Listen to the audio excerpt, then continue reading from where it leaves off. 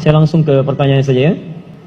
Ustaz, saya tahun depan mau menikah.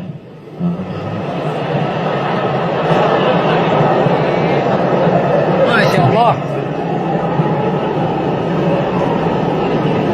Selalu ada begini. Dengan seorang akhwat. Pasti seorang akhwat, gak mungkin ikhwan. Gak mungkin. Kalau seorang ikhwan ada yang salah dari diri antum ya.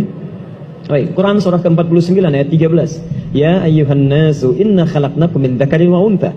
Hai manusia, kami ciptakan kalian pasangannya laki-laki dengan perempuan. Ya, laki-laki disebut dengan ikhwan, perempuan disebut dengan akhwat. Jadi kalau antum ikhwat pasti pasangannya akhwat ya.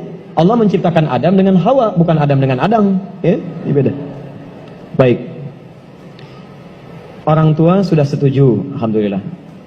Kadar Allah beberapa hari lalu ia memberi kabar bahwa ia sudah menerima lamaran ikhwan lain. Masya Allah.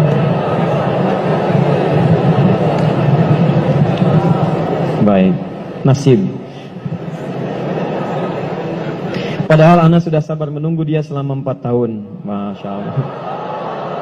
Baik, luar biasa. Kita sudah capek-capek hampir 2 jam mendapatkan cahaya, antum jadi meredup lagi. Masya Allah. Saya sabar menunggu dia selama 4 tahun tanpa komunikasi. Ini masalahnya. Beri saya nasihat Ustaz agar saya bisa melupakan dia, agar Ana bisa fokus kembali. Allahu Akbar. Agar saya bisa fokus kembali menghafal Al-Quran dan hadis. Ini ujiannya. Jadi pertanyaan saya, antum pengen menghafal Quran dan hadis atau pengen menikah? Nabi Ayub alaihissalam. Antum kenal Nabi Ayub? Kenal di mana? Kadang-kadang kenal Nabi Ayub. Luar biasa. Tadi malam di Dumai ada yang kenal Korun. Bulan lalu di Lampung ada yang kenal Fir'aun. Masya Allah. Di Pekanbaru kenal Nabi Ayub. Luar biasa. Siapa sebetulnya? Nabi Ayub itu diuji dengan penyakit luar biasa. Maaf, tadinya kaya, punya istri yang sangat cantik, anaknya 12. Hari yang bersamaan, hari pertama, maaf, diuji dengan harta semua habis. 1 hari. Hari kedua, anak semua meninggal. Hari ketiga, diuji dengan penyakit. Yang penyakitnya tidak akan pernah dialami orang setelahnya. Tidak juga dialami orang sebelumnya. Berapa diuji? 20 tahun. Beliau diuji 20 tahun. Apakah mengeluh? Tidak. Kata istrinya, kalau bahasa kita, papa kan Nabi. Angkat tangan papa, mohon kepada Allah. Mintakan sembuh aja, sembuh. Apa jawab Ayub? Berapa lama kita sehat dan senang? Kata istrinya, Masya Allah 20 tahun. Berapa lama kita diuji begini? 7 tahun. Kata Ayub, nanti saja. Kalau usia ujian sakit sama dengan ujian sehat, sama-sama 20 tahun, baru saya memohon kepada Allah Subhanahu wa ta'ala. Anda bisa bayangkan, Nabi Ayub, Nabi, Rasul, dekat dengan Allah, jaminannya surga, surga tingkat tinggi, diberikan ujian 20 tahun, beliau bersabar dan tetap ibadah. Antum, Masya Allah, mahasiswa, baru semester 5, bukan Nabi, bukan Rasul, surga belum jelas, amalan masih berantakan, hisab masih menegangkan, surga belum ada jaminan, baru 4 tahun.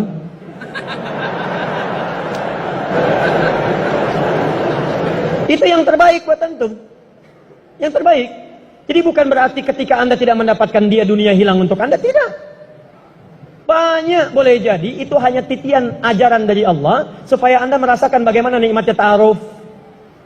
Supaya Anda belajar bagaimana mencari yang lebih baik lagi. Lihat kalimatnya, Quran surah ke-24 ayat 26. At-tayyibatu lit-tayyibin wat-tayyibuna lit-tayyibat al-khabithatu lil-khabithin sebelumnya wal khabithuna lil-khabithat. Yang baik akan ketemu yang baik lagi. Yang kurang baik bertemu dengan yang kurang baik lagi. Menurut Anda, dia yang terbaik untuk Anda. Menurut Allah, dia bukan yang terbaik untuk Anda. Yang untuk Anda, ada yang lebih baik lagi. Anda mau menghafal Quran, Anda mau menghafal hadis, maka Allah akan kirimkan kepada Anda yang bisa menjaga Quran dan hadis Anda.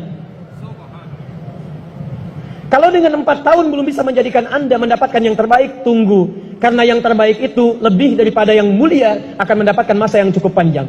Al-Bukhari menulis hadis 16 tahun, kitabnya abadi. Orang menulis kitab 16 hari belum tentu abadi.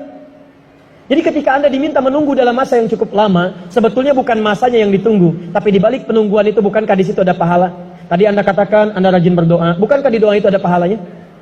Anda rajin tahajud, Anda bersabar, Anda bermohon, Anda istighfar. Jadi yang diinginkan oleh Allah dalam penantian 4 tahun itu bukan Anda menikah dengan calon Anda sekarang, tapi Anda mendapatkan pahala yang berlimpah. Dan dengan pahala itu Anda siapkan Quran Anda, hadis Anda untuk membimbing pasangan Anda berikutnya. Paham sampai sini? Baik, alhamdulillah. Jadi nggak usah kecewa ya, nggak usah kecewa. Baik, yang kedua, lihat kaidahnya supaya kita bisa sabar, ya, supaya bisa sabar. 2, Quran surah kedua ayat 286. La yukallifullahu nafsan illa Wus'aha. tidak mungkin Allah menguji seorang hamba kecuali dia sanggup untuk mengatasinya. Tidak mungkin Allah menguji seorang hamba kecuali dia sanggup untuk mengatasinya. Kita tolong baca kalimatnya dengan baik ya. Kalau Anda sedang punya masalah, seberat apapun itu, yakinkan kata Al-Quran, tidak mungkin masalah ini diujikan kepada Anda kecuali Anda sanggup. Jadi kalau Anda tidak sanggup, mustahil ujian ini dititipkan pada Anda.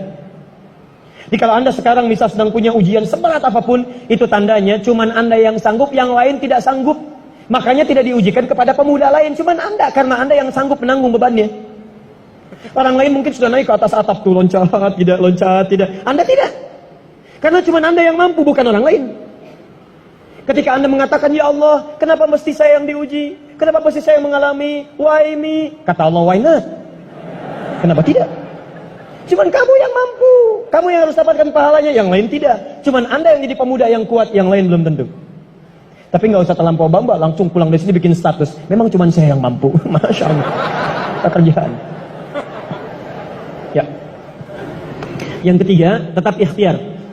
Quran surah 49 ayat ke-13. Jadi jangan sampai, maaf, ya, peluang Anda tidak mendapatkan yang tadi Anda telah harapkan, menjadikan Anda putus dalam berikhtiar. Cari, masih banyak perempuan semuka bumi. Masa tidak ada yang cocok untuk Anda?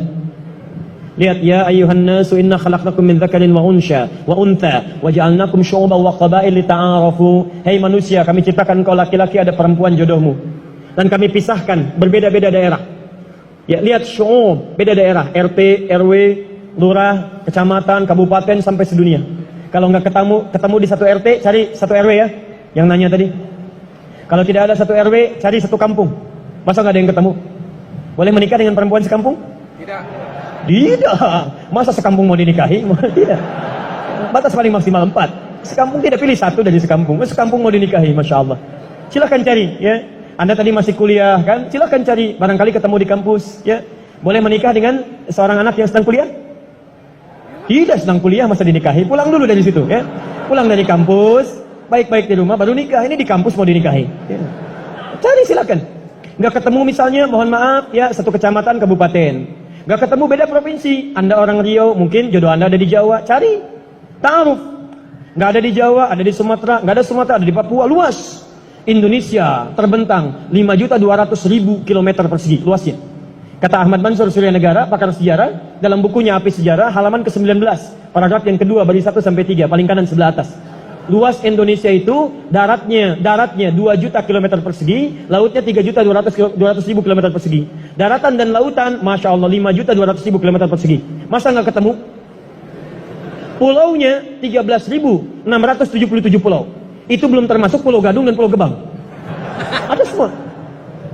Nggak ada di Asia Tenggara, nggak ada Asia Tenggara di Asia, nggak ada Asia Amerika, nggak ada Amerika di Eropa, nggak ada Eropa di Afrika. Masa nggak ada yang cocok? Kalau tidak ada, mungkin antum ahli surga, karena itu pun jodoh antum pun bidadari surga.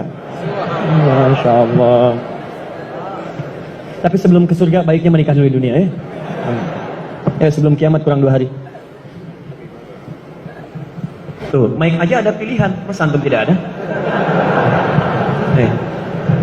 Orang sudah Samarinda, antum sama dia aja.